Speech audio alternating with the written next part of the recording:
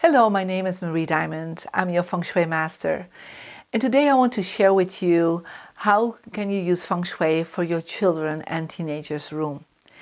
So one of the first things I want to share with you is that the room of a child needs to be a place where the child feels inspired and supported.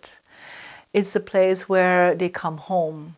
You can perhaps say, well, the rest of their home is their home, but it's actually their anchor point. So you want to make sure that everything that is there gives them the space to develop, to become the best of who they can be.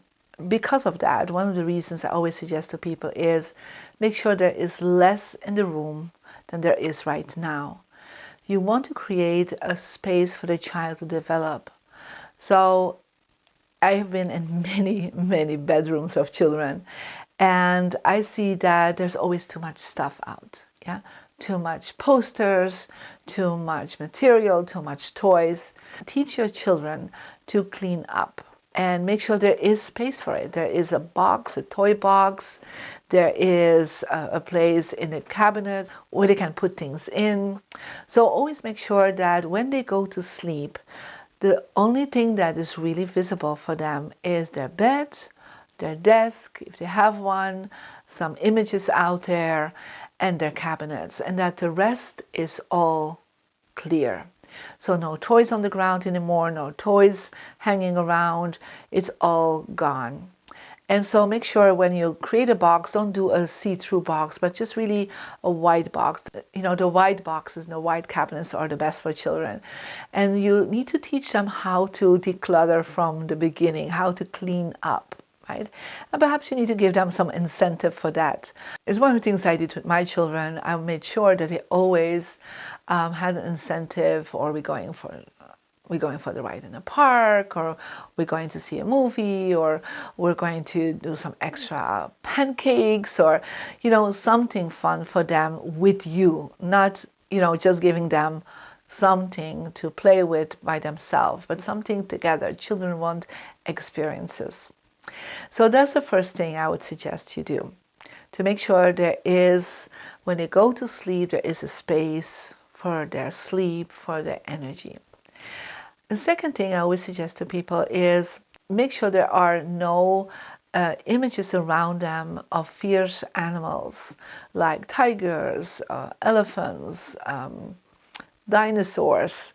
So having all these toys around them, it makes them more nervous. They feel like they have to be brave and strong, and they will actually connect in with their primitive fields, primitive energy, and you don't want that. So make sure there's also no images of fighting going on, especially for the boys. I mean, they are into, I know, Star Wars and heroes, and, you know, you can have hero images out, but then make sure the heroes don't have any weapons in their hands.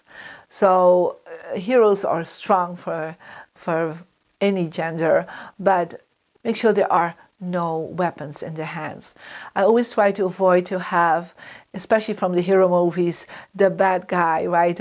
The bad hero to not have around. My son, when he was young, my second son, was always like, Mom, I can have the Ninja Turtles, but I cannot have the bad guy that they're fighting. I said, no, because we don't want that in your bedroom. So it's the same with Star Wars. You want the Jedis without the weapons in their hand, but you don't want Darth Vader out there, because you're giving them totally subconsciously the permission to use their violence, to use their anger. So you have to understand that everything around you is a three-dimensional vision board. It's an impact constantly, especially when children are asleep. They are even more sensitive than grown-ups. So every image gives them a subconscious message, especially if they're if they're night after night in that same space. And even then, if they play in the room and sleep in the room, they have all these images affecting their mindset. So make sure you take out anything that is negative, that is violent, for sure at night. Now, let's talk about some colors for the children's room. You know, we have like this tendency like girls have rose and boys have blue. So I would say for both, that is wonderful, but I would not make it a whole pink room and I would not make it a whole blue room. So the best colors for children is actually kind of a yellow beige, like a yellow peach. So when you work with painting the walls, don't go into the blue wall for the boys or the pink wall for the children. First of all, this is, I don't know, marketing somewhere, somehow found that out, that this is good, right? But we're now in a different time where it's not about when you're a boy, you need to have male colors. When you're a girl, you have to have girly colors. You know, we are now as human beings more and more aware that we have male and female both in us, right? So the best color for that is to work with earth colors, but not just like beige or browns, but just make it warmer. So I always suggest to people, when you paint a wall in kind of a beige, add some peach, some orange to it, like a 20%, or yellow to it, so that when the child wakes up, it feels like there's some sunshine in the room. There's like a warmth in the room. The child will do so much better. So the colors we definitely try to avoid is the reds, the blues, the greens as wallpaper, as covers. And make sure that you can have these colors, but just more as accent colors. One of the things I have seen is the covers of the children's beds. I'm always like amazed about what they want as their covers. But like if you have a cover with a car on top of it, then the child is under the car, literally. You come in, there's a car, and then under is the child. So what are you saying? Like the car is more important than the child. You actually are saying, well, the child is more accident prone at that moment. So be careful about that. Or if you have covers with, I've seen dinosaurs, I've seen, Spider-Man, I've seen, Batman. Always make sure that you understand the place where the bed is needs to be as neutral as possible. So work better with neutral colors on the cover, beiges, browns. You can, if you want, for a girl and they love pink or they love purple, you can have that, but keep it pastel, keep it calm, because any image that's on it is actually affecting the subconsciousness of the child, and the child will take it on as a program to be like this. For children, what is really good is to work with like squares or flowers, something that if you want some forms in it, that is harmonious for them. Then, of course, the clutter, as I shared with you, put things everywhere, in boxes, in cabinets.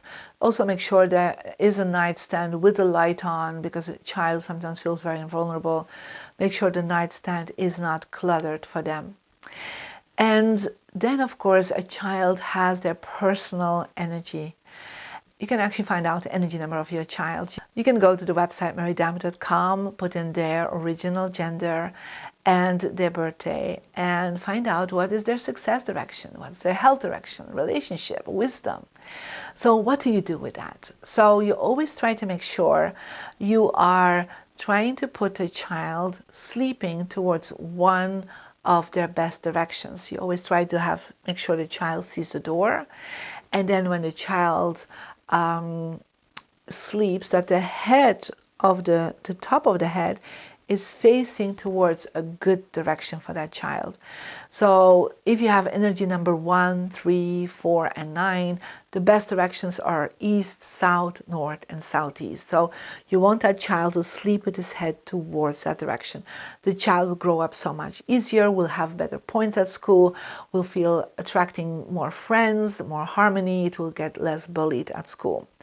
So when a child has energy number 2, 5, 6, 7, and 8, you want them to sleep towards the west, northwest, southwest, or northeast. Again, they have so much benefits from that. This is something I experienced myself. This is how I learned about feng shui when I was a teenager, when I was 15, is that I was sleeping towards a direction that was really wrong for me.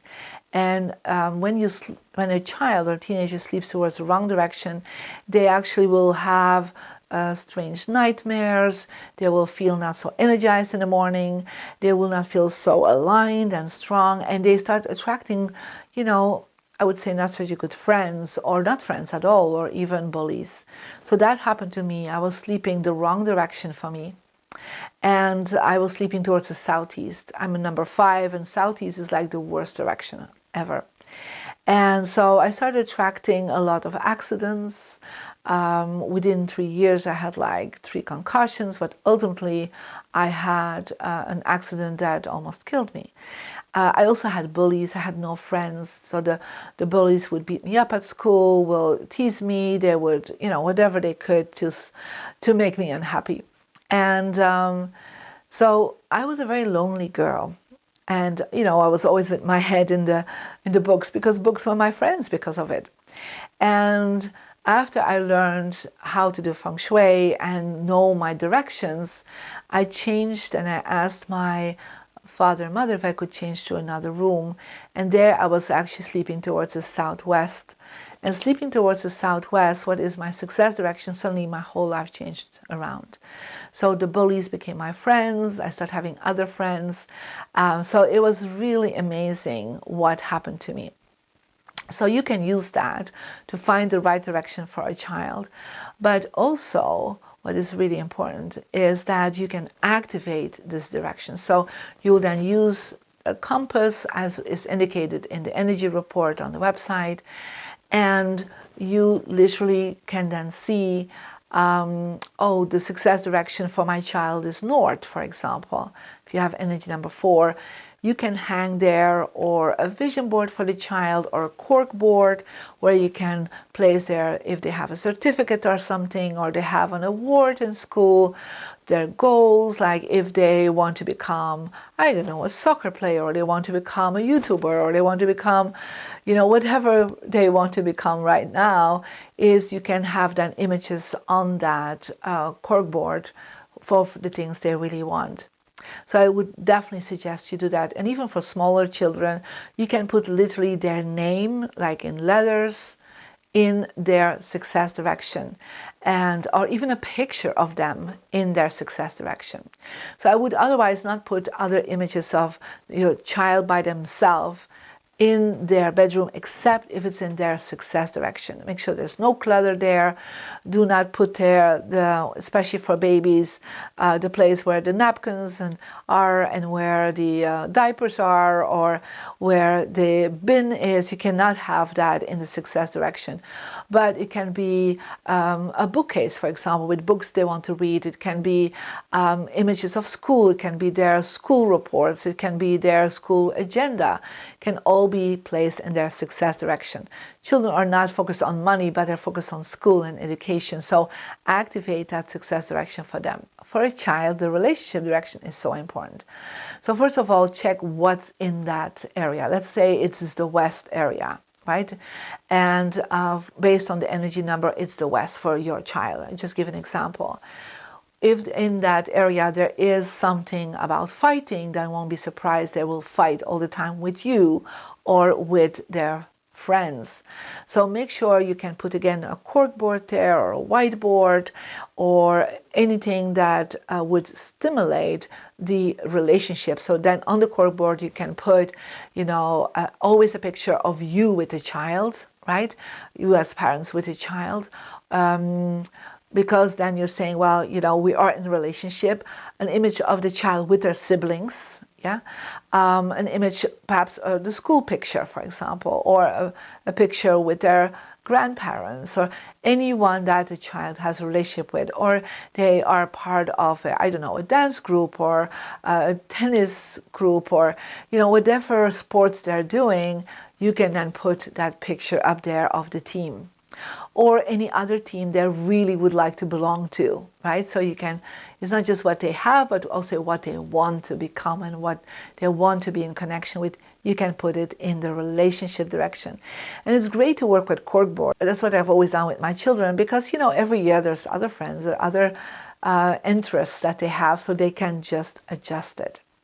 And once a child knows what is their success direction and their relationship direction, they really love it. I remember in the beginning I was doing feng shui, I was telling my 7-year-old son, like, this is your relationship direction. I had put all his stuffed animals there. So I thought, like, oh, they're so cute, they're all together, right? And so it shows, like, you know, he has friends. He came to me and said, Mama, I don't play with my stuffed animals anymore. I'm like, oh, yes, you're right.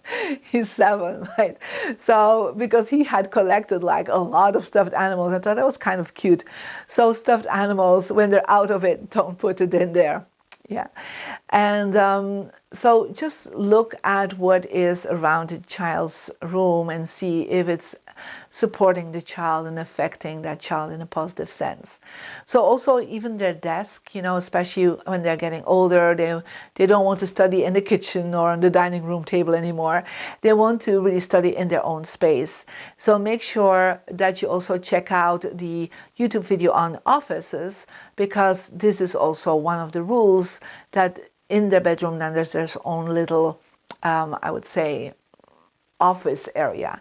And make sure the child's desk is never hitting the wall. So you don't put it against the wall, that the child is with their back really towards the door of the bedroom. So always make sure the child is positioned in such a way it can see who comes in. You can say, well, then they are all the time deconcentrated because they look at who comes in. Actually, they're more unconcentrated when you're putting the desk against the wall, because each time they have to turn around to see what is going on. And if possible, you always try to make sure the child is facing a good direction. So when it is on the desk, that it faces one of the good directions for the child. So it will be having better education. It will come easier in their mind, and everything that they're studying will really stuck longer in their memory. So that is one of the benefits you have for that. So looking forward to see your comments, and enjoy creating great feng shui for your children.